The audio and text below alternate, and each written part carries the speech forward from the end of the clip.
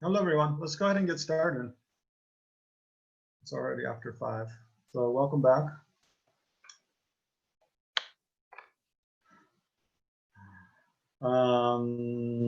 Yeah, so generate a positive motivation. No, and then bodhicitta motivation. To benefit all sentient beings. Then we'll reflect on Lama Tsongkhapa's praise to Shakyamuni Buddha for having taught dependent origination, and His Holiness the Dalai Lama's other advice. So, yeah, His Holiness started with some general advice about the importance of seeing ourselves as being part of one human family, or one family with all sentient beings, and how we're all the same in wishing to have happiness and wishing to be free from suffering. And then he especially emphasized that, in the past, in the distant past, when individuals or communities or countries and nations would have conflicts with each other, they would often end up fighting with each other, using weapons and violence to, to vie for who's the most physically powerful, and then one conquer the other. And so it led to a lot of conflict and violence and wars in the past, kind of culminating in World War I and II. And I think it's Holiness mentioning that because today is the anniversary of when the United States dropped, I think it was the second nuclear bomb on Hiroshima. So it's the anniversary of that great tragedy when over 100,000, almost 200,000 people were killed just with one, in one act of violence. So His Holiness was emphasizing that now in the modern, 21st century, when education is widespread, there's much more interconnectedness between all human beings. We know much more about each other's culture. Economically, we're much more dependent on each other. We travel to each other's countries, and we know much more about each other. And through the internet and other media, we're in communication with each other all the time. Then there's no excuse for resorting to hatred and violence as a way of resolving problems, but rather we should all use dialogue and discuss things with each other. When we have a disagreement, ask the other person or the other community, well, what about their point of view, why they hold the views that they have, and then express one's own point of view. And that by having mutual respect for one another and recognizing that we're all part of the same global family, global community, then we should, resolve our conflicts through dialogue and mediation and compromise. And especially we should, even when we disagree and we can't come to an agreement, we should never totally reject or totally cut others out of our sphere of concern, but remain, concerned for their well-being and welfare. And then His Holiness also related that to, seeing the destruction that weapons of mass destruction cause, the harm that weapons of mass destruction cause, like atomic bombs. Then there's no reason that now, as a one global community, one global family, we shouldn't, work towards, and as soon as we can, quickly totally eliminate nuclear weapons from the world and other weapons of mass destruction. And then also how important it is to work towards eliminating global warming, because it's a problem that, affects us all. Even though in one country, they might pollute a lot, burn a lot of coal, and put a lot of pollution into the air. It affects all the countries. That pollution and the effects of that don't remain limited to just that one country, but it affects all people living around the world. So especially global warming is something that we can see how it's a reason in dependence upon not seeing our interconnectedness, not seeing the dependent arising of all sentient beings, and not considering the welfare of others, and just out of the desire to consume and produce electricity and use transportation and industrial agriculture as we like, without consideration for the natural environment, without consideration for other sentient beings around the planet, then we're totally destroying the natural environment, the ecology of the world. And it's important to find a solution and reverse that. So that was kind of His Holiness' general advice at the beginning. And then His Holiness mentions this, he spoke about, the importance of Shakyamuni Buddha having taught dependent arising. Remember, dependent arising is the main topic for this whole series of three-day series of teachings. So, and this text we're looking at is by Tsongkhapa, but Tsongkhapa primarily came to his understanding of emptiness and dependent arising by studying the works of Nagarjuna and Chandakirti. So His Holiness likes to go back to the works of those two Nalanda masters again and again. So there's this verse of homage to Buddha by Nagarjuna. His Holiness said that it was the verse of homage from the opening of it's called Stodo in Tibetan, but it means like refuting debates. It's one of there's six treatises on emptiness by Nagarjuna. The main one is the root wisdom, which His Holiness talks about all the time. But then there are 5 others. So this verse, this text, it's a short text called Refuting Debates is another one. His Holiness said this homage comes from that text, but I looked and it doesn't actually. It comes from one of the other of the 5, which is called 60 Verses on Emptiness. So I'll share my screen now with you. I translated it just today. I mean, I don't know if someone else has translated it or not. Let's see, where's the text I want to show you? I didn't have a chance to check, but it's just one verse, so I just translated it for you guys. So it's here. So this is day 3. So again, this document I've updated it for today and uploaded it again to that Google Drive page that the link is shared here in the chat and on Facebook. So this is the first verse His Holiness spoke about today. It says, "He who has in this way rejected the production and destruction of things, to the foremost of subduers who taught dependent arising, I pay homage." So this is a homage by Arya Nagarjuna. It's the opening homage of the 60 reasonings on emptiness. So it basically is saying here that to he who has taught, who has in this way rejected the production and destruction of things. So here means the production, the inherent, you have to add the object of negation as a qualifier. So to he who has rejected or abandoned the inherent production and destruction of things. So production means things are produced, like think how a sprout grows from a seed, the typical example, and how things are destroyed. They cease moment by moment.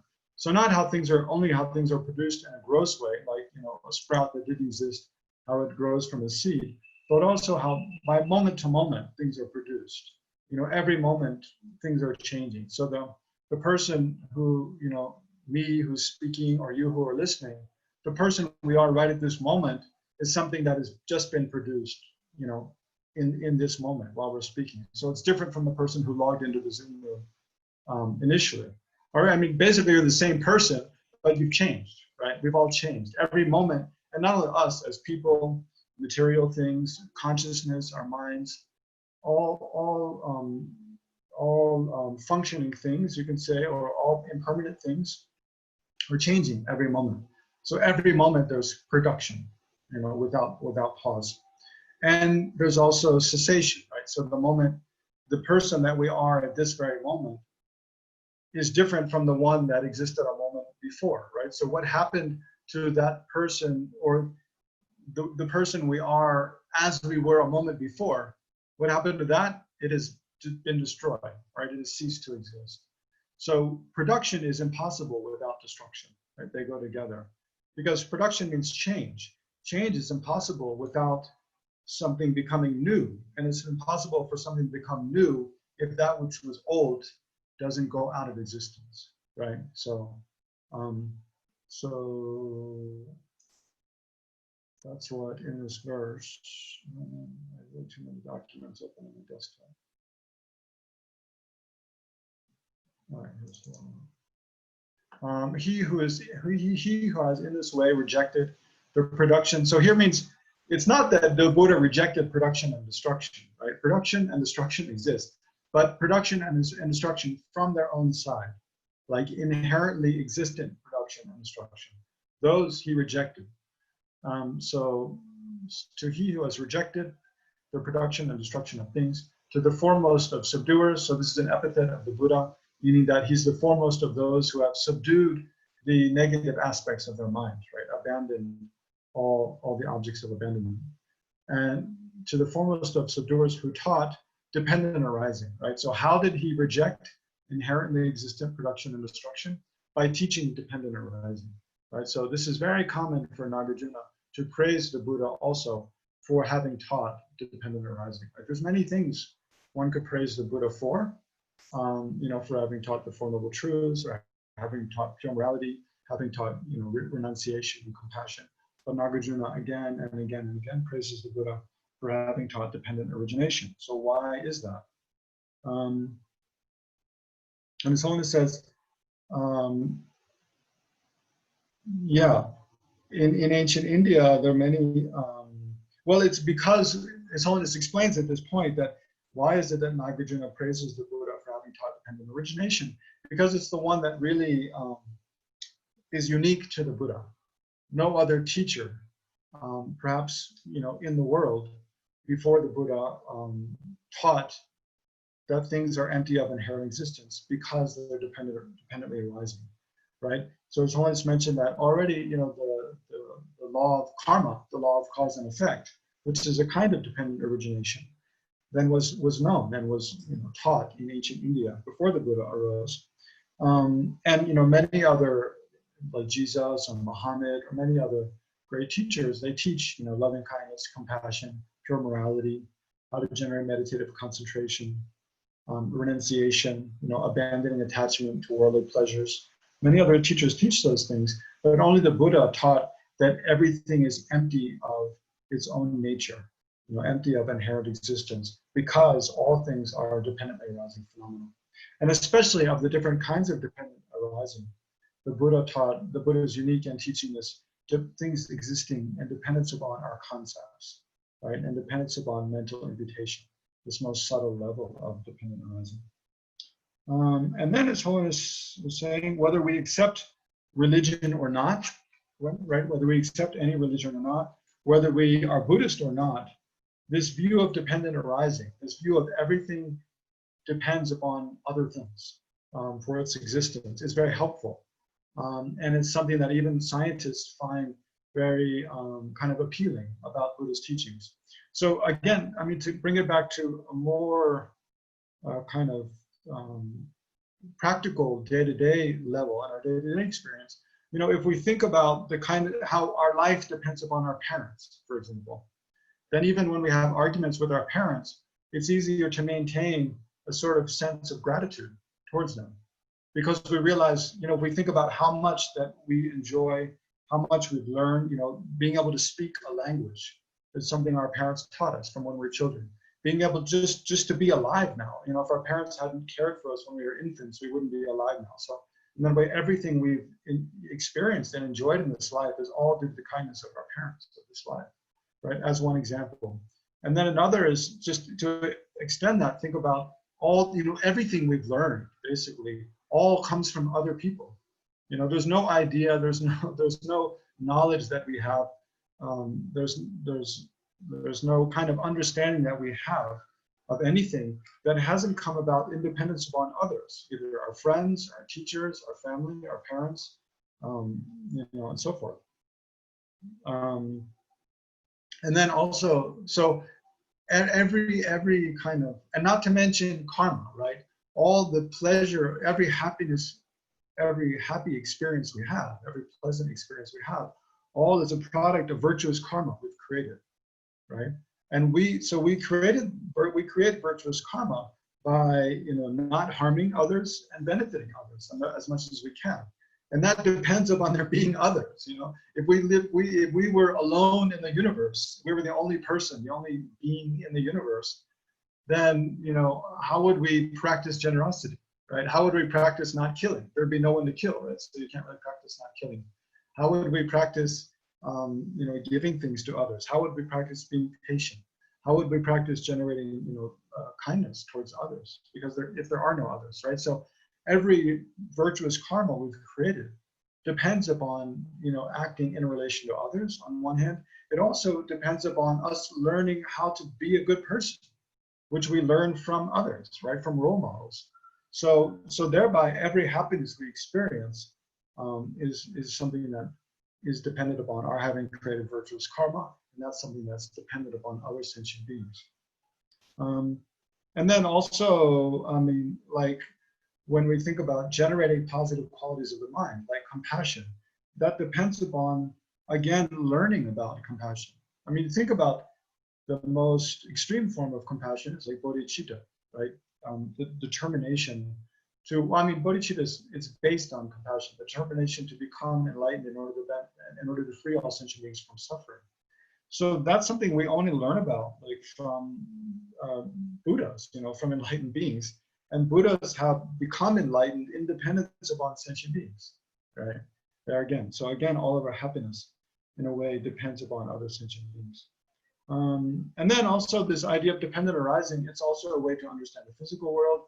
And it's a way to see how to resolve problems. Like back to the example of global warming or climate destruction. Climate destruction really comes about due to not seeing how, as a human species, we depend upon the natural environment. We depend upon there being clean water, clean air, fertile soil, and a climate whose, a world whose climate is stable, right?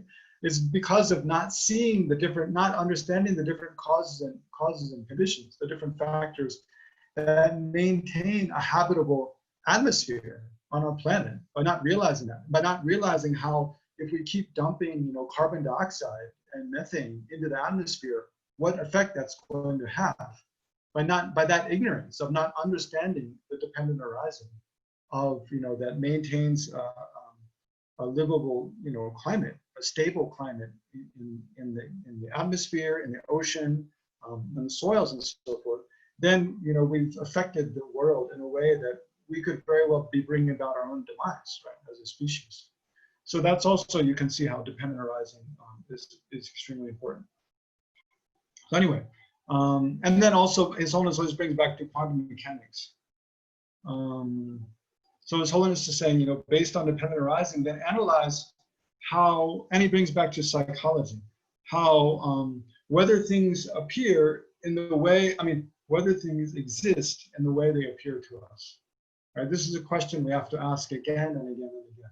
Whenever we see things, especially when we feel in a very emotive way towards things, when we feel very annoyed with someone, angry at someone, or very jealous, or very worried and afraid, we have to analyze again and again. Do things exist actually in the way they're appearing to me at this moment, right? So when we analyze, we find that often they don't. This is really the best way to analyze the Buddha's fundamental assertion that every experience of suffering that we have is a result of negative karma that we've created. Negative karma we create through the force of afflictive emotions, like anger, attachment, jealousy, afflicted doubt, arrogant pride, and so forth. And that those all are rooted in ignorance, right? So His Holiness comes back, and so when we are experiencing an afflictive emotion, either at that moment or in hindsight, we can analyze, when I was feeling very irritated and annoyed at that person, how was my sense of self? Was it exaggerated? Did I have a sense that there's a real I existing, from its own side, not depending upon parts, not depending upon causes and conditions, not depending upon my concepts? Definitely, yes, you'll find, and the stronger the emotion, whether it's a negative emotion, like a negatively viewing emotion like anger, or whether it's a kind of an emotion like attachment, where you're attracted to something or someone or something, and you feel, you're attracted to something pleasurable, so it feels kind of happy, right? Then in both cases, or jealousy or pride, in all those cases, we can check to see, how was I appearing at that time? The person who's feeling that emotion, did it seem to be real, concretely existing from the own side? And also the object of that emotion, the person more irritated at, or the person more attached to? Do they seem to be, despicable from their own side? Do they seem to be pleasurable and analyze and check? So then if we analyze, then we can see that the way we exist, when we analyze to check, how do I actually exist? Where is that I who's annoyed? Is it in my body? Is it in my mind? Where is it? Is it something else separate from my body and mind? We can't find. When you check, when you look within the basis of imputation, within the aggregates, the body and mind, you cannot find. When you look outside, separate from the aggregates, you also cannot find. So then we find that once we do that analysis, you'll see that then you discover that the way I appeared initially, I'm feeling very emotive, is not, when I analyze, I see that actually I don't exist in that way at all. There's not the slightest atom of a person existing in that way. Me, myself, or the object of analysis. Then we reduce the strength of those emotions. We reduce the strength of anger. We reduce the strength of attachment. And in the future, we know when they arise, we know that they're seeing things in a distorted way, and we don't take so seriously. It's kind of like, if you're having a dream and someone's attacking you and insulting you and you feel very upset, but then you realize, oh, this is just a dream. Then the being upset totally goes away, because you realize, oh, this is not real. This is just a projection of my mind. It's just a dream. There's nothing actually to be irritated at. That person insulting me it's just a projection of my own mind. So it's very similar to that when we analyze emptiness. So His Holiness always likes to mention that some dialogues with quantum physicists, he's asked. Usually he didn't mention this time, but often he mentions a Chinese student, I think in Taiwan, from Taiwan. Or I don't think a student, I think actually anyway, a researcher in quantum mechanics. And this person said how, after they learned deeply about, the view of the world that you get through studying quantum mechanics, because when you see that, when you go down to the very, very subtle level of, subatomic particles, that actually, they don't exist. You cannot find anything that exists separately or independently from the act of observation, right? Again, so then the most fundamental physical basis of things is not objective, right? It's not something that has an objective reality, as is presented in Newtonian physics, but rather at the very most subtle level, things, they're being in the state of a wave or in a particle. They're having a precise location and a precise velocity, depends upon collapsing the wave function, which depends upon the act of observation, right?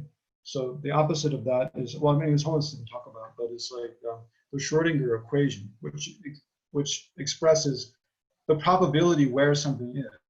Before you make an observation of a specific thing, a specific particle, then the only way you can state where it is with a probability equation. So means you cannot state precisely where it is. There's a probability that an electron exists in this place or this place or this place. But actually, in actuality, it doesn't exist in any specific place until it's observed, and then the wave function is collapsed and it's found to exist in a specific place. But quantum mechanics isn't saying that, well, you didn't know it existed in that place before, but it did, and you just didn't know it. It's not saying that. It's saying before the act of observation, there is no precise location of a subatomic particle. And it's the act of observation that collapses the wave function and brings into existence a specific particle in a specific location, right? So it's very bizarre, but the fundamental observation is the same as the fundamental Buddhist observation, that when you go down to the most finite level of reality, there is no objective reality, right? Things don't have any existence from the side of the object alone. They exist purely in dependence upon the mind that knows them as well, right? So there's this dependently arising existence, and that's it. There's nothing more fundamental than that. So then, And then, so here, His Holiness mentions that Nagarjuna's fundamental assertion is that things are all, they exist in dependence upon imputation by name and imputation by concepts, right? They exist. So like, just like I was giving an example of my mug yesterday, if I start using it as a pen holder and putting pens in it, then it becomes a pen holder because I'm using it that way. But I was thinking yesterday how, I mean, using the example of a mug, I mean, different things we need to analyze a little differently. I mean, a mug is something that's made by human beings, right? So it's a little easier to see how, you know, this thing being a mug is dependent on concepts, right? Because the concept of mug, like, you know, like a dog or a cat, they might drink water out of this, but do they see it as a mug? Probably not. No, they just see it as a water container or a food container, you know, because they don't have this concept of mug. So in the world of dogs and cats, you could probably say there is no mug, right? So imagine all humans are just suddenly eliminated from the universe or never existed. You could still have this same object, but it wouldn't be a mug because there's nobody for whom it is a mug. So, but in that way, human-made objects are a little easier to see how they exist in dependence on concepts. But think about a more basic object like water. You know, water is not something made by human beings. Right? It's just something that exists. But then how would we do the same analysis? How is it that water exists? I won't digress too much because His Holiness didn't talk about this, but what is water for you as a person? And when another person thinks about water, do you think they have the exact same concept? That their way of thinking, you know, what water means to them when they hear the word water, what arises in their mind, is it exactly the same for each person? Probably no, because each of our idea of what water is dependent upon the different experiences we've had, drinking water, you know, having showers, going swimming, and dependence upon all the kind of experiences we have with water. Not only do we perceive water in a different way, but what water means for us is different.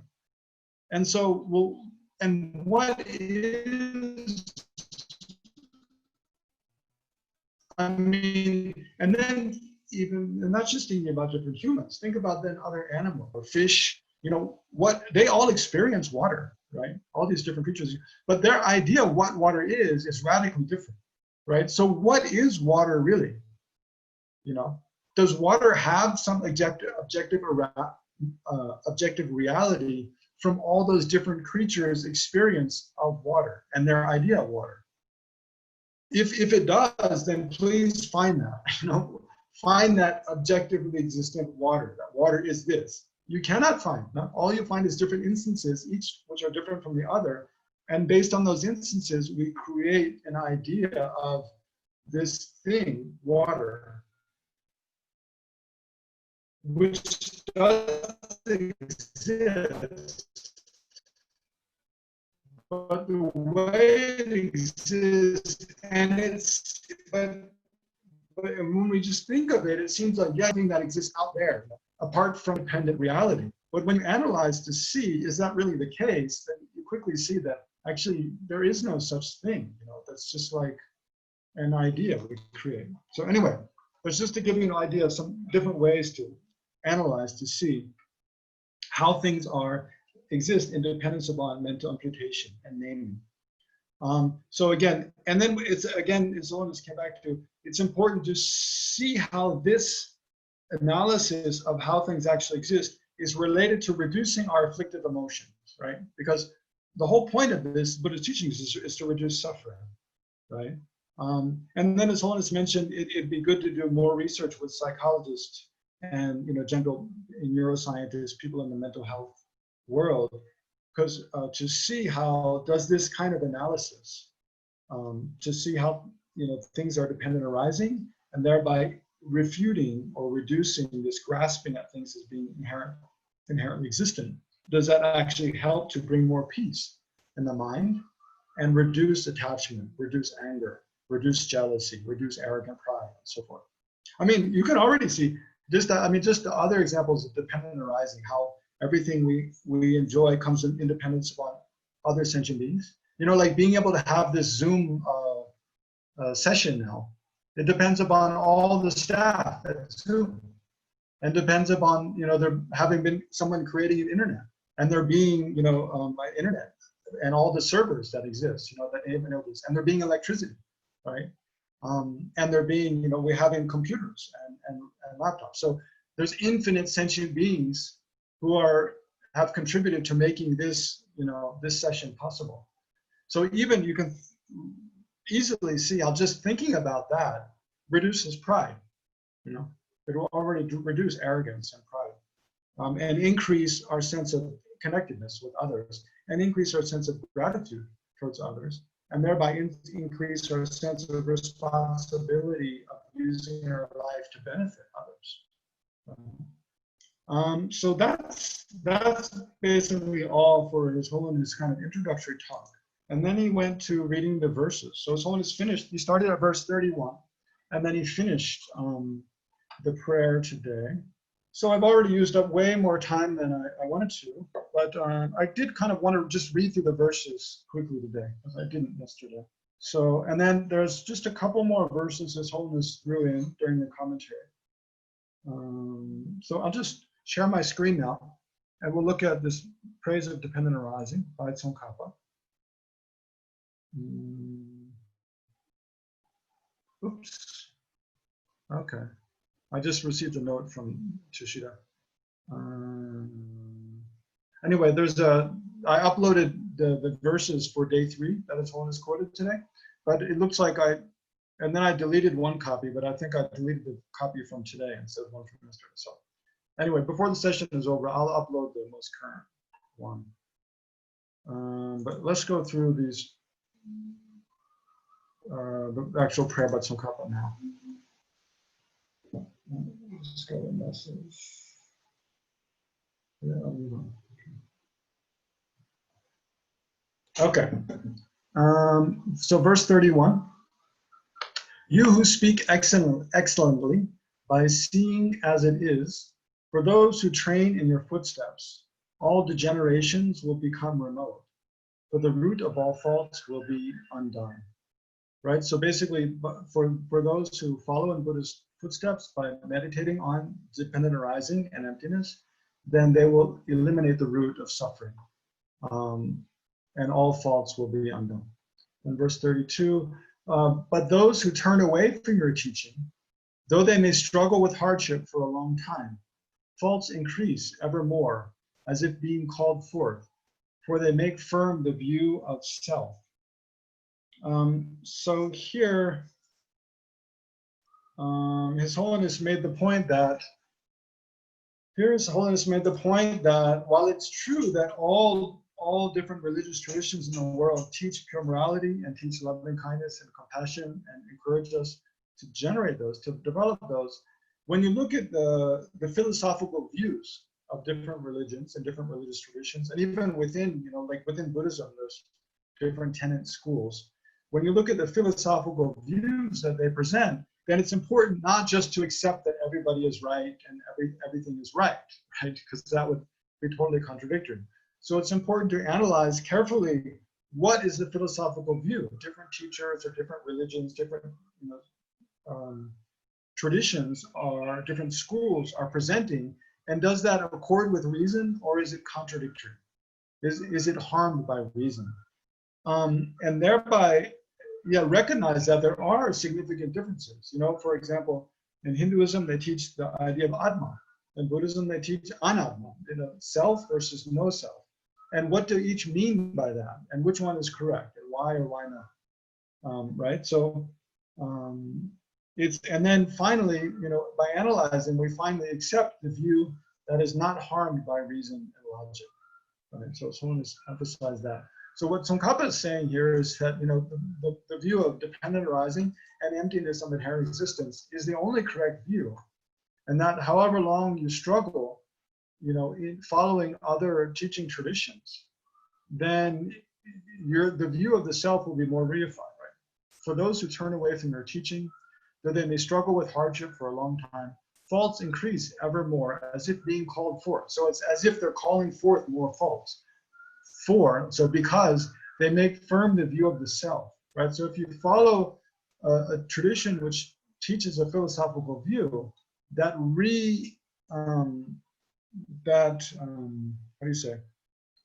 reinforces grasping at an inherently existent self, reinforces grasping at a self that exists from its own side, then you'll increase, inevitably, you'll increase attachment, increase anger, increase arrogant pride, and so forth, right? So have to be really careful about that. But that's not, that's not to say, I don't think it's, that's not to say that Buddhism and, the middle way consequentialist school is the only, and Tsongkhapa is the only one that teaches a way to reduce self-centeredness and to reduce, being egocentric, and reduces actually grasping at an inherently existent self. Because His Holiness says on many occasions that, the view that there is a creator God and that, we are a creation of God, for example, that already starts to reduce the self-centeredness, right? Because you recognize that I'm the creator, I'm creation of God. So that in some gross way, not in the subtle way we're talking about, Tsongkhapa's talking about, but in a very kind of coarse way, it starts to reduce it can reduce kind of arrogant pride and being totally self-centered. You think of especially like Christian mystics and some of the great Christian practitioners, they devote their life, to serving other sentient beings, because they recognize that other sentient beings are a creation of God, and that they devote their life to serving the will of God, right?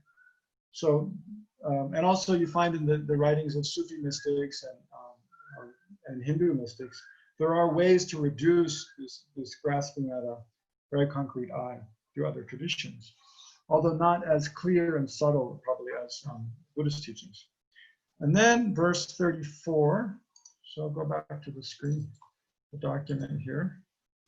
Come on. All right, verse 34, let alone, verse 33.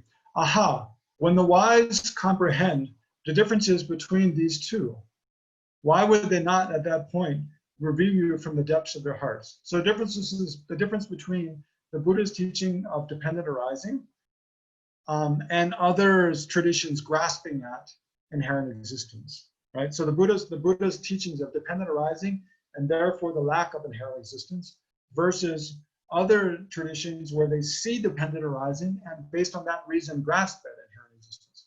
So seeing the difference between these two, why would scholar not revere you from the depths of their being?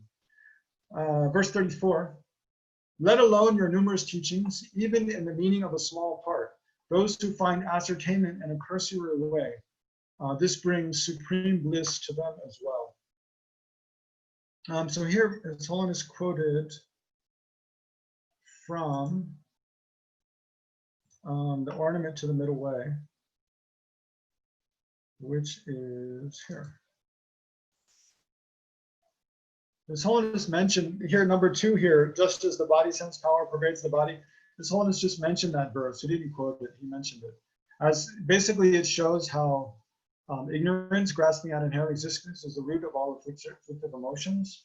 And in order to overcome that ignorance, we need to meditate on dependent arising. His Holiness quotes that verse very often.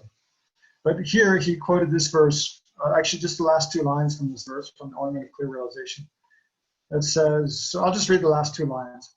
Correctly viewing the perfect meaning, sorry, that's a little typo there. Should be correctly viewing the perfect meaning. Having seen the perfect, one will be liberated. So it means by seeing emptiness and meditating on emptiness, then one will be liberated from suffering. Actually, there's more meaning to unravel there, but that's basically what His Holiness is saying. Then, back to our prayer. Then 35, alas, my mind was defeated by ignorance, though I have sought refuge for a long time in such an embodiment of excellence. I pose not a fraction of his qualities. Nonetheless, before the stream of this life flowing towards death has come to cease, that I have found slight faith in you, even this I think is fortunate. So Tsongkhapa's rejoicing at, feeling that even though his depth of understanding is not nearly that of the Buddha, that he's understood a little of what Buddha taught and found some faith, a little bit of faith in the Buddha, is incredibly fortunate. And Tsongkhapa is being very humble there. But at this point, His Holiness emphasized the importance of that study alone is not enough. Study alone brings us intellectual understanding of Buddha's teachings, but it doesn't deeply affect our mind, and study alone cannot bring us to a full experience of the correct view of reality. And so the way Tsongkhapa, so then His Holiness told the story of how Tsongkhapa was, he'd become a very famous teacher in Tibet. So this is around when Tsongkhapa's around in his late 30s. When Tsongkhapa's in his late 30s, he'd become a renowned scholar, a great teacher. He was attracting hundreds of students and disciples, and considered already at that time maybe the foremost scholar in Tibet at that time. So in the area of Lhasa, he's teaching. But at that time, Tsongkhapa already had gained the ability to have direct visions of Manjushri and speak with him directly. His Holiness said, although I'm not sure that's the case according to the biography. But anyway, Manjushri told Tsongkhapa, now you should stop teaching, and in order to actually fully generate the correct view of emptiness, you need to go into retreat. And Tsongkhapa's teachers, especially Lama Umapa, kind of said, but Tsongkhapa is already heading up like a great resurgence of Buddhism, like a resurrection of, or revival of Buddhism in Tibet. And it would be and then if he goes into retreat and stops teaching, then many people will criticize him, and he might lose a lot of disciples, and it would be a great loss to people of Tibet. So wouldn't it be a mistake for him to go into teaching? And Manjushri kind of scolded them, saying, look, I'm the one who protects the Buddhist teachings. I'm the one who knows what's best. Just follow my advice, right? Go into retreat. So then Tsongkhapa went into 6 years of retreat. And then I think I said the first day, practiced extensive accumulation, purification, studied and meditated on the view again and again, and then came to the ultimate view of ultimate truth, of emptiness. So His Holiness was emphasizing that it's not enough just to study alone. We need to combine that with correct devotion to a spiritual teacher, accumulation of merit, purification of obscurations, and also contemplation and meditation, right? Again and again and again. And then this one is continued reading. So with verse 36, nonetheless, before the stream of this life flowing, I read that, all right, 37. Among teachers, the teacher of dependent origination.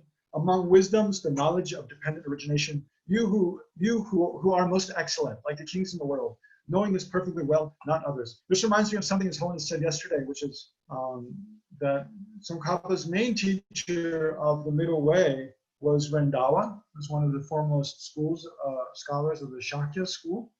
And there was I guess, I'm not sure Rendawa said, or there's a common saying that arose somehow, that Dona Uma means like when you're going, the middle way. When you're sitting, the middle way. Means like when Lama Tsongkhapa was studying the middle way, the view of emptiness from Rendawa, then it should be something that's all-consuming. So that, when you're walking, you're thinking of the view of emptiness, the middle way.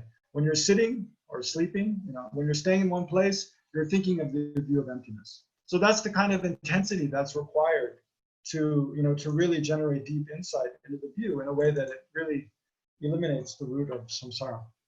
So then verse 38, all that you have taught proceeds by way of dependent origination. That too is done for the sake of nirvana.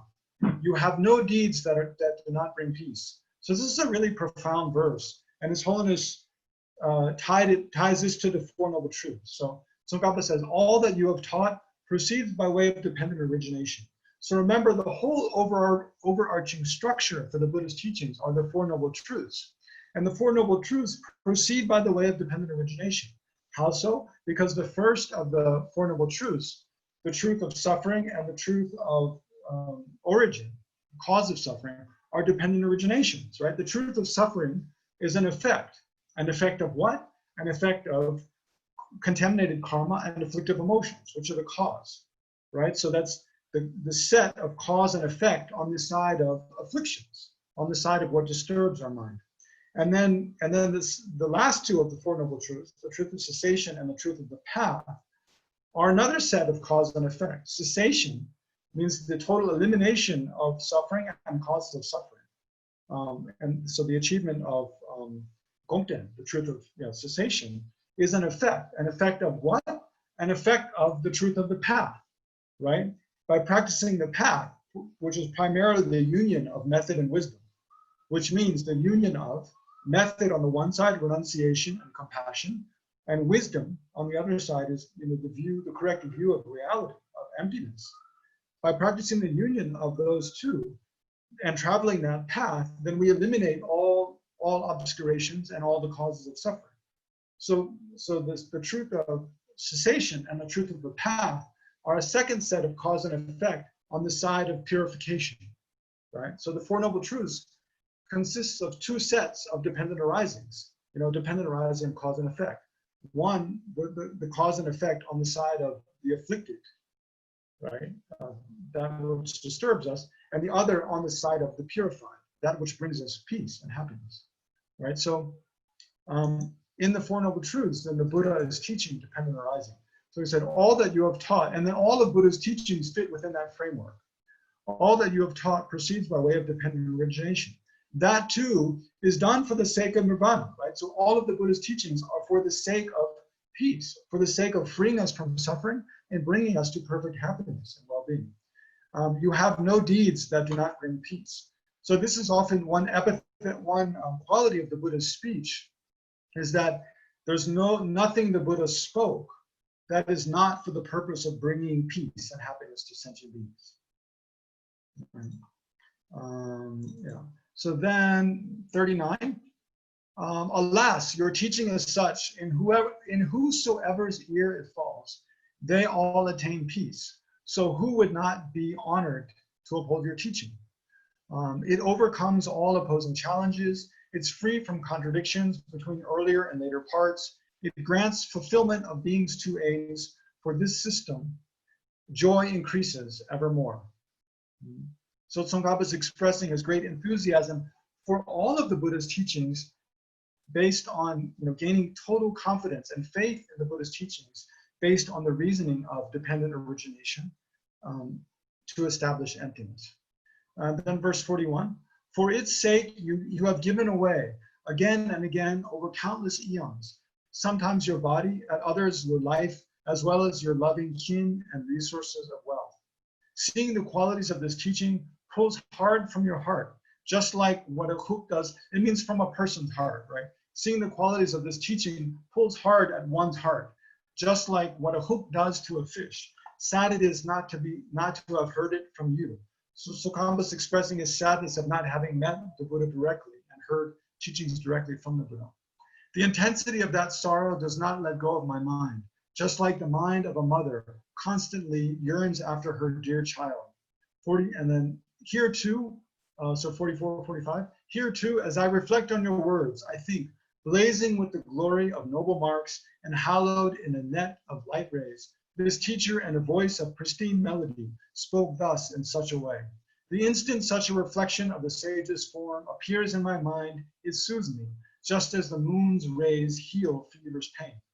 And then 46, this excellent system, most marvelous, some individuals who are not so learned have entangled in utter confusion, right? So many people in studying the Buddha's teachings, because there's many different statements in the Buddha's teachings that on the surface are apparently contradictory, and it's difficult to discern what is the intended meaning from what is the interpreted meaning, basically. Just as like a tangled bubbles of grass.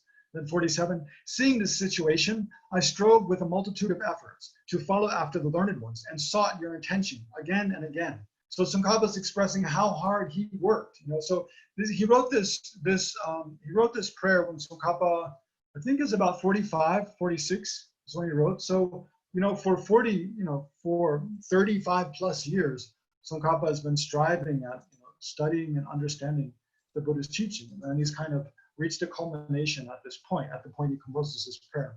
Seeing this situation, I strove with a multitude of efforts to follow after the learned ones, and sought your intention again and again. At such times as I studied the numerous works of both our own, the Middle Way, and other schools, my mind became tormented evermore, constantly by a network of doubts. So if you feel confused, take hope. Tsongkhapa did too, right? Tsongkhapa is an incredible genius, right? And even he says when he was studying the different 10 schools and the different sutras, the different commentaries and Buddhist teachings, he became as if totally ensnared in a tangle of doubts and was tormented by doubt, right? So he's expressing his own real hardship.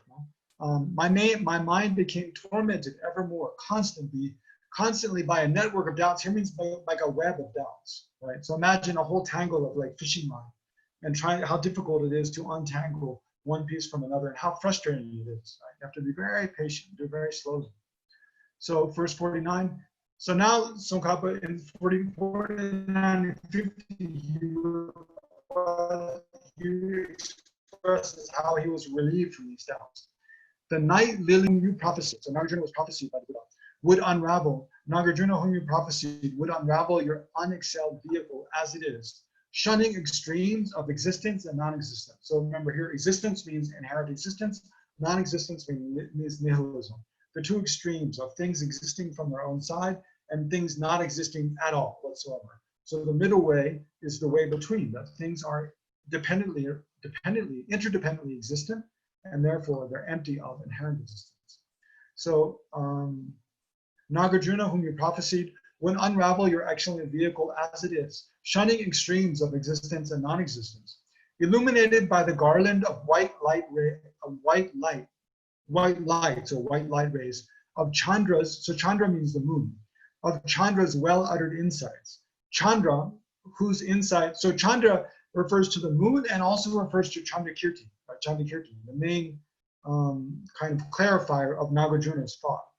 Chandra, whose stainless wisdom orb is full, who glides freely across the scripture's space. So there's a beautiful metaphor being created here, where now the Buddhist teachings are like the vast space, right?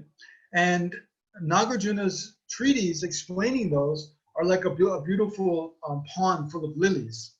And that which illuminates this pond of lilies and travels freely through the space of Buddhist teachings are the commentaries of Chandrakirti.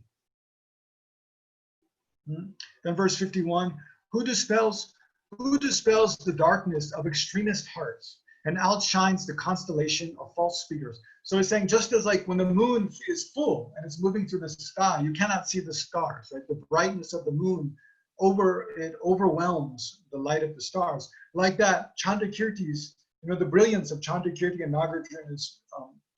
Nagarjuna's explanation of Buddha teachings totally outshines and overwhelms the teachings of other lower tenet schools and also non-Buddhist teachers. Who dispels the darkness of extremist hearts and outshines the constellations of false speakers? When through my teacher's kindness I saw this, my mind found rest at last. Of all your deeds, so 52, of all your deeds, your speech is supreme. So that's just like of the three rare sublime objects of refuge, the Buddha, Dharma, Sangha.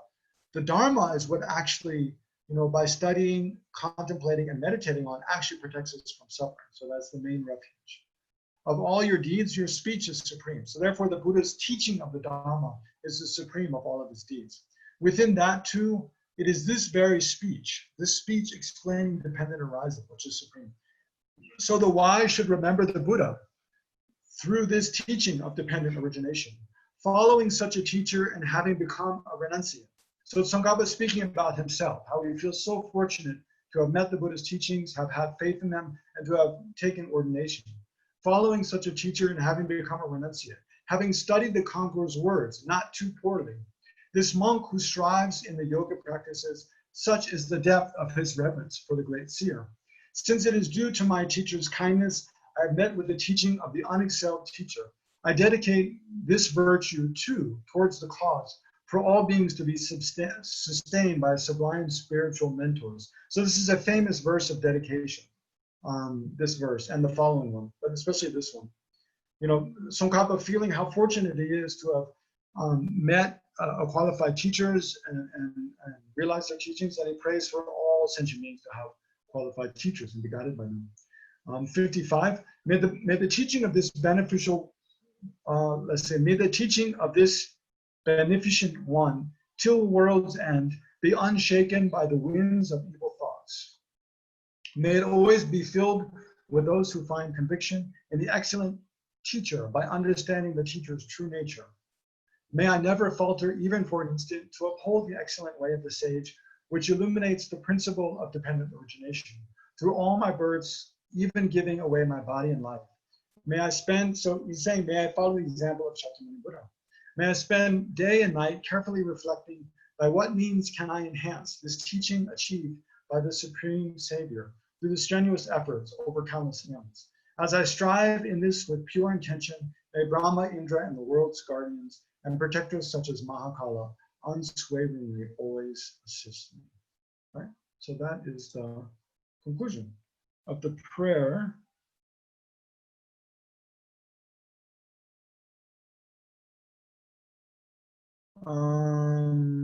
Yeah, there's a few other things. If you have questions now, I'll take your questions. So if you guys don't have questions today, then I don't know what to do. Yes, fair. Let's see, I think I can unmute you. Can we unmute Fair? Yeah, I did. I hear you. Well, first of all, thanks for all these days. I'm very grateful to listen to you. Or your passion is very good and really touched me.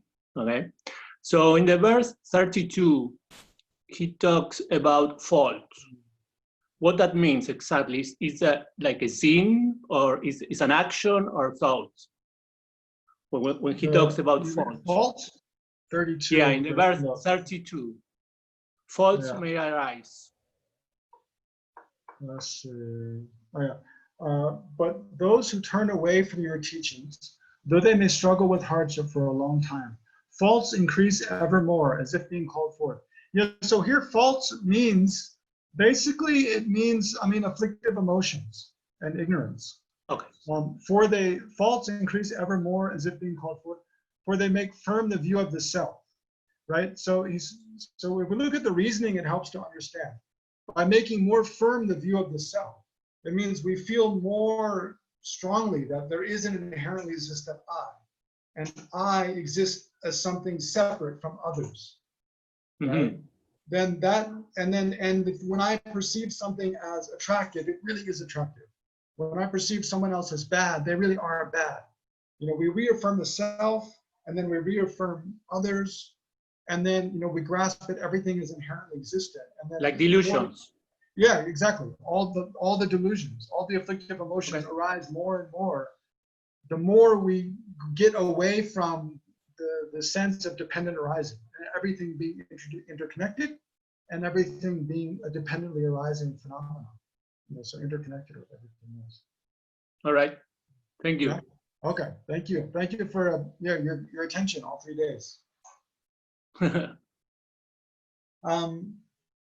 Padmaja, I think, or Padma. Okay, Thank I you. can hear you.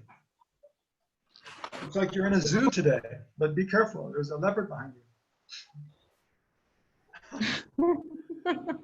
Aren't all of us in a zoo? Yes. So please pardon me if I ask a question that is not relevant, but it's No, from please. Anything is okay. Another thing is that verse number 42, right at the end, it says that sad it is not to have heard it from you.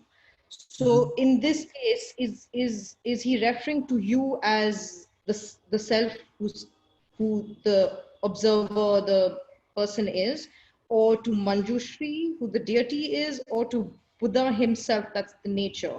That's my first Buddha. question. He's saying, he means Buddha, Shakyamuni Buddha. Sad it is to not have heard directly from Shakyamuni Buddha. Okay. My second question is, when it comes to mind, when His Highness, His Holiness the Dalai Lama said that mind and Atma and different religions have, this different understanding of it, and he said it in a very, very, very graceful way. But he still put the point forward, which you kind of reiterated and made sure that you say that Buddhists believe in a understand of the mind and there is no Atma. But right at the end of the prayer, now this is where I apologize, right at the end in the prayer, we are on 58. We are saying that to strive, where is it gone? 58 is as I strive in this with pure intention, may Brahma, Indra, and the world's guardians and protectors such as Mahakal, unswervingly always assisting. Yes. Yeah. So in the Sanatan Dharam, and I will not say Hindu, I'll just say Sanatan Dharam because it's Shaivism, right? So there we are worshipping these deities and we are also understanding them as elements and powers of different sorts. And then that is also reflected in Buddhism in different case scenarios, interdependent of things. So if there is just the mind for Buddhists and there is no Atma, and so then how does the last prayer make sense? Great. Yeah, very good question. Yeah, that's exactly what you should try to do. Try to find contradictions. Well, basically it makes sense. It's not that there's just the mind. I mean, we all have mind. And, eventually it's only through our own efforts that we can transform our own minds, right? Nobody else can do that for us. But other people can help us. How? By, in different ways, primarily by teaching us how to transform our minds, but also we need other kinds of assistance, like we need food, we need clothes, we need shelter, and then, in a more kind of esoteric way, maybe if we're being harmed like by other spirits or something, having spirit harm, or we have sickness for some reason. Like say if we're sick, we need medicines, we need help from doctor and nurses. So the prayer at the end is in that kind of sense, that it's not that, Indra and, what was he saying? Brahma and Indra and the world's guardians, such as Mahakala. It's not that, just by praying to them, that they can transform our minds, that they can totally eliminate all our causes of suffering and give us happiness. But they can assist us in different ways. And so to invoke their assistance, it's okay to make offerings and make requests and make prayers to them. So yeah, that's kind of, you see, like in Buddhism, just like in other religions, there are a lot of praise, prayers to Buddha and, to different deities. But the sense is that praying to them, not as if we're powerless and they're all powerful and they can just make whatever they want happen to us, but in the sense that we're limited in what we can do and we need help on the path. And that by making prayers and requests, that there are ways that other beings can help us, in short. Okay, but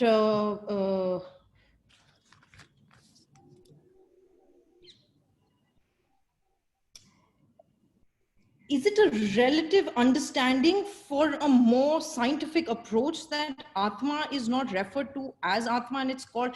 Is there any other word that comes closer to apart from the mind? Because how do you explain being able to trace a rebirth? Oh, you're saying, yeah, how do Buddhists explain like how a person goes from life to life, basically? Yes, because you said to be relevant to study the text of yesterday, you were very firm about, I want you to get out questions from the text. So yeah, I'm trying to now actually really take out what I want to know from giving the relative of the text. So in the text, I find these two contradictions, and then my mind's asking me to ask, wants to know about how can Buddhism completely say that there's no Atma? Is there another form or a word that you use for it, which probably can come closer to us, like, because you use the word subtle mind, and then you say there is an observer, and then you say when you're meditating that, you know, observe the observer. So then who's observing the observer? And then I bet there is something, so that thing. And then the rebirth, that how do you trace if there's no Atma? Yeah, very good. Excellent question. Yeah. So, I mean, first of all, I have to be clear, when the Buddhists say there's no Atma, you have to be clear about what are they rejecting, you know, because if we ask 100 people what is Atma, we might get 100 different answers, right? You know, there are very different, you know, different traditions, there's different, like, I mean, same with the English word soul. You ask 100 people, what is the soul? You'll probably get, or God, you know, you get 100 different answers. So we have to be very, in order to have clear communication and be clear about what we mean. When the Buddhists are saying, I mean, when Buddhist texts are saying there is no Atma, there's no self, there's something very specific they're talking about. It's not rejecting everybody's idea of Atma. They're rejecting a kind of self that, well, I don't have time to go into all the details again now, but there's something very specific. Whereas, you know, when you know, like some great Indian master, you know, in the Hindu tradition, or I'm not sure the term you use, I'd like to know it, but I don't know actually. But when they're talking about Atma, they might be referring to something quite different than what the Buddhists are rejecting. You know, it's not definite. There's a correlation between what one is affirming and what the other is rejecting, right? But to answer your question about, for the Buddhists, because it is an excellent question, and it really helps make clear how the Buddhists explain the conventional reality that we see. If we accept that there are past lives, there are future lives, and that there's a continuum of one person taking rebirth, then, but the Buddhists are saying, but there's no Atma. Yeah, that looks like there's a contradiction between saying there's a person who had a past life, they have a present life, they'll have a future life, that there's a continuity of one person from life to life, and saying that there's no Atma. How can those two be, you know, harmonious, right, and not contradict? So the way the Buddhists explain is that, well, the main thing that goes from life to life is the stream of consciousness, right? So like I said earlier, it's a subtle stream of consciousness. So just like when we go to sleep, you know, our eye consciousness, our ear consciousness, they cease to function, right? So what happens to your eye consciousness, your ear consciousness, your body sense consciousness when you're in deep sleep?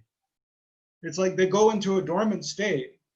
They're not totally non-existent, because when you wake up, they become active again, right? So just like that, I mean, falling into deep sleep and dying, the processes are very similar, right? So just like when we go into deep sleep, we don't have any sense consciousness anymore, and we also don't have voluntary thought process anymore, right? Everything becomes involuntary, basically. Similarly, but there is some consciousness there, because if there wasn't, there would be no difference between a person who's in deep sleep and a person and a corpse who's dead, right? So there is some degree of consciousness while a person's in deep sleep. We know that because they wake up again in the morning, right? If the stream of consciousness is cut at any time, then they don't wake up, right? Which happens. So just like that, when a person is dying from this life, the grosser consciousness, like the sense consciousness and our voluntary conceptual consciousness, those absorb, they become dormant, right? They cease to function. And there just remains a very subtle level of consciousness, like when we're in deep sleep. But then when we die, that subtle level of consciousness, the seat is at the heart chakra, actually. But that separates from it's called the subtle, anyway, it separates from the body. And then that subtle consciousness, it remains in a very subtle state until the right conditions come together for it to take rebirth. So imagine it's going to take rebirth as a human again. There has to be a man and woman with whom so here I need to clarify, I guess. The stream of consciousness is you know, like, is your stream of consciousness you? Like you're a person, right? But you have a mind, right? We have consciousness. So there's a stream of consciousness that I have, but I'm not my stream of consciousness. My stream of consciousness is not me. So, but how do I exist in relation to the stream of consciousness? I'm the person which is labeled upon the stream of consciousness, and also on the body, right? Because I'm a person who has a body. So I'm the person who's merely labeled upon this collection of body and mind, right? Just like, I mean, go back to my favorite analogy these days. Just like on this collection of parts, this enamel and the base and the rim and the handle and the empty space inside, you know, on this collection of different parts, I label mug. And thereby it is a mug. That's what makes it a mug, right? So there has to be a collection of parts. To have a mug, there has to be a collection of parts that are suitable to function as a mug. Remember, I can take the pen holder from my desk. I mean, now it's not a mug, but because it's I mean, if I clean it, it's clean. It has empty space inside. It can hold liquid. I can drink from it. Then if I take that container and I start using it as a mug and I label it as a mug, it becomes a mug. You know, think about a house. I mean, another good analogy is like, imagine, you know, you see someone building a house. At first, they just clear the ground, then they pour the foundation, then they make some pillars. Is that a house? No. You know, just a foundation and some pillars sticking up is not a house, right? So at what point does it become a house? You know, there's not like a clear demarcation. At this point, it was not a house. At this point, it is a house. It's kind of a, you know, it's a gray area, right? But my point is here that what is it that's going from life to life? The basis, basically, it's a person. You know, there's a person who had a previous life, they have this life, they'll have a future life. But what is that person?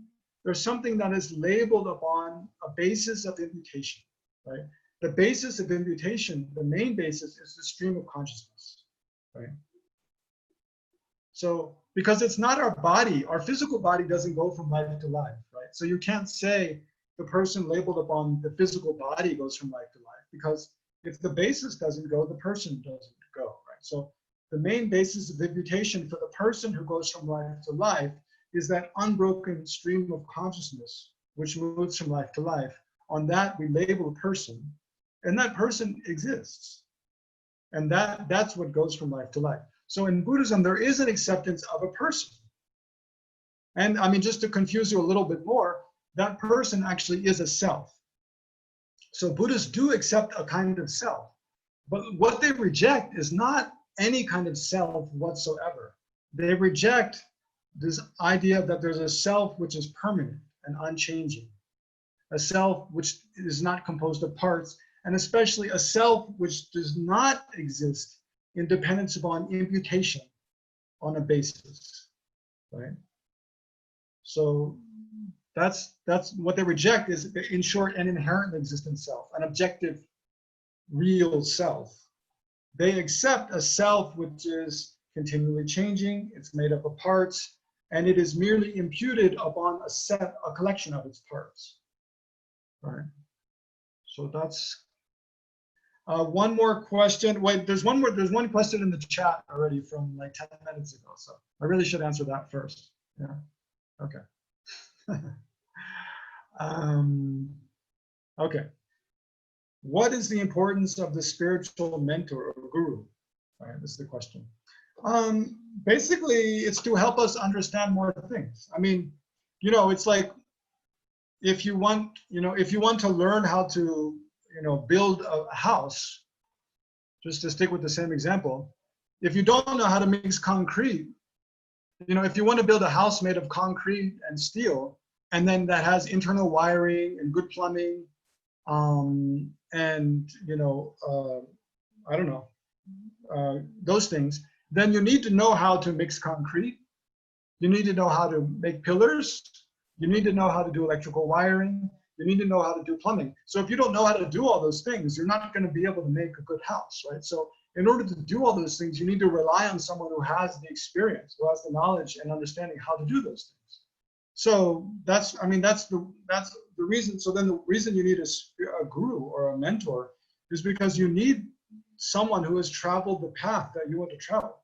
You need to have someone who has achieved liberation or enlightenment, or at least different stages of the path, and thereby they can be a guide to you, to show you how to achieve that. Otherwise, I mean, it's like if you just try to build a house by like using some, you know, some home improvement, some construction manuals, and relying on that alone, you know, good luck. You're probably going to end up with just a jumble of, you know, not very well functioning parts. So something like that. And then another question, verse 34, His Holiness mentioned how Buddha has taught the Four Noble Truths and how it is related to the basis, path, and result. Can you go through this a little, as I've missed some of the details? You know, I didn't catch that either. That His Holiness related the Four Noble Truths to the basis, path, and result. But yeah, I mean, I can say a little bit about it though. I mean, the basis is basis, path, result. Well, the result, let's start with the result. Maybe it's easier. The result is full enlightenment, right? Then the path is how you achieve enlightenment. And then the basis is your starting place, the condition that you find yourself in right now, right? So how do you relate that from the Four Noble Truths? Then the first two, the truth of suffering is really the basis. I mean, the Buddha is saying, like, look at your life as it is now. Inevitably, you're going to become sick. Inevitably, you become old, and you experience the, I mean, if you live long enough, you experience the obvious suffering of aging, and inevitably you'll experience death, right? And then uncontrollably you'll take rebirth again and again. Not to mention we experience being separated from things we want, and being meeting with things that we don't want, right? We crave after pleasure and we cannot find lasting pleasure. You know, we fall from very high states, you know, very positive situations to very miserable conditions, uncontrollably. So how our life is totally, we don't have control of what's going to happen to us, basically, and we experience so many problems and hardships. So the big question, is it possible to be free from those? So that is the state we're in. We have suffering, right? And so that's the first of the Four Noble Truths, the truth of suffering. And then, but that suffering arises from causes and conditions, right? So that's the second of the Four Noble Truths, truth of origin. So those have to do with the basis, right? Then the truth of cessation has to do with the result. The truth of cessation, so we ask the question, well, is it possible to eliminate all these causes for all the problems in my life forever in a way that they never return? So the Buddha, I mean, through his analysis, finds yes, it is. It's possible to bring a complete elimination or a complete cessation for all the things that cause us to have birth, sickness, aging, and death. It's possible to be free from that and achieve nirvana. So that conclusion is the truth of cessation, and that is the result, you know, that we're seeking. On the one hand, the total elimination of all suffering means the elimination of all samsara and the attainment of nirvana, right? And then beyond that, achievement of enlightenment. So that's the result. So you have the basis. It's possible to eliminate all the problematic things of that basis, achieve the perfection of the result. So then what connects those two is the path of practice. So what do? We practice pure morality, not harming others, and we try to benefit others as much as we can.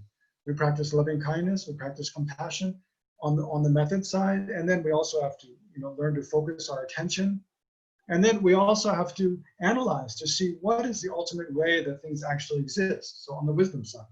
So all that, the union of method and wisdom is the path, right? So, and that is expressed in the fourth noble truth, the truth of the path, right? So that's how basically the first two noble truths describe the basis. The fourth noble truth describes the path, and the third noble truth, the truth of cessation, describes the result. You got that? The first of the Four Noble Truths, the truth of suffering and the truth of the cause of suffering, they describe the basis. The fourth noble truth, the truth of the path, describes the path, and the third, the truth of cessation, describes the result. So that's how they're related. Okay, I'll take one more question. And since Padma is the only one to have their hand up, but you still have your question, Padma? I'm trying to unmute you, but I'm okay. Can you hear me? I can hear you now, yes. Thank you. So this is praise number 57. Mm-hmm. And the last line has, when it says countless eons, it has a question mark. So now, is this for us to analyze, or do this investigation? Because that's how he started off, that investigate and critically analyze. And so could you throw some light on Yes, exactly. So that verse reads 57. May I spend day and night carefully reflecting. So what should I reflect upon? By what means can I enhance this teaching achieved by the by the Supreme Savior? So the Supreme Savior is Buddha. This teaching achieved by the Buddha through strenuous effort over countless eons. So basically it's saying the Buddha, through strenuous effort, right, through great effort, enduring many hardships over countless eons, he discovered this teaching of, that all things are empty of inherent existence. Why? Because they're dependently arising phenomena. And then the question is, how can I enhance this teaching, right? So here what enhance the teaching means how can I myself come to a full understanding of this teaching, just as the Buddha did. It doesn't mean copy the Buddha, but it means in following Buddha's example to be radically skeptical and radically critical about what we believe and what we don't believe. To investigate, in short, to investigate what is the truth, what is the ultimate truth, what is the most profound truth of the way things exist, right? So we need to think about that again and again and again, not just for 1 day or 2 days or for 1 year or 2 years, or even not just for one life, over many, many lives. And not just in a very relaxed, easygoing way, but with real sincere dedication to that, real sincere concern, and sacrificing other, trivial pleasures for the purpose of really getting a deep understanding of what's going on with us, right? And what is reality? And what are the causes of suffering? How can I be free? Is it possible to be free? And if so, how to be free? So we need to, he's saying we need to ask the question, how can I follow the Buddha's example? And then once, if I feel that what Buddha taught is true, how can I enhance his teachings? So enhance his teachings means teach to others, right? Make sure that the wisdom that the Buddha discovered. So how, why is it that we're here, 2,600 years after the Buddha lived? Why is it that we remember this person?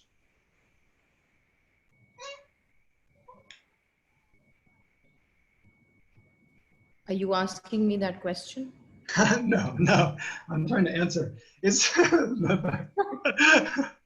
it's because the kindness of generations of people. Think the Buddha, he in person, he taught to Shariputra, Moggallana, and others.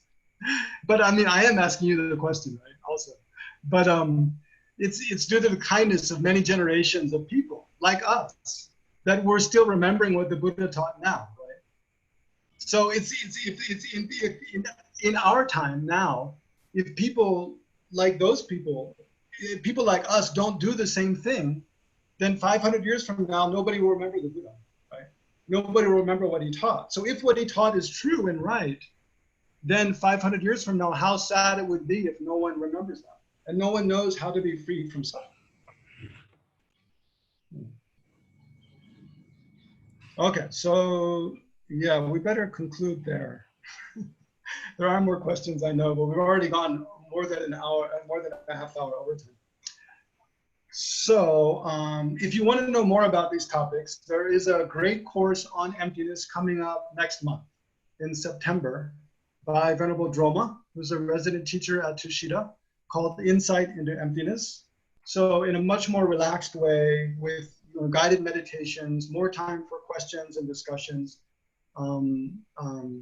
then she'll explain emptiness, about all the things we've been talking about. She'll explain in more detail during that course. So I encourage you to join that if you're interested. And then there's another course in, I think, November on more like shamatha, on meditation. So how to use these kind of concepts in meditation. by Glenn Stenson, who's also a very experienced teacher. So anyway, there's upcoming courses by Tushita and other Dharma centers around the world. So I encourage you to join. So thank you all for your excellent questions and your attention during these days. I was very happy to spend the time with you. I can see that you're really making effort to try to learn and think about things, which is good. So I encourage you to keep pursuing the truth, and keep being skeptical and critical, and relate everything you learn back to your heart, to your own practical experience.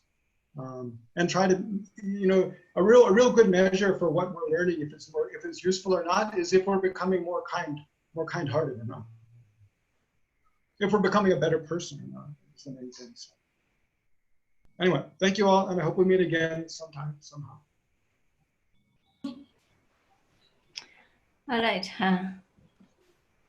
Thank you so much, everyone, for joining for this review sessions. And Venerable Legtsok, thank you so much. And everyone, please join me to offer this kata to Venerable Legtsok. Thank you. Camera. Thank you so much, Venerable. And there is His Holiness teaching coming in September also. So may I please request Venerable, please, if we can continue with the review session in September as well. And yeah, thank you so much, everyone, for joining us. Bye, everyone. Take care. Bye. Thank you. Thank you. Bye.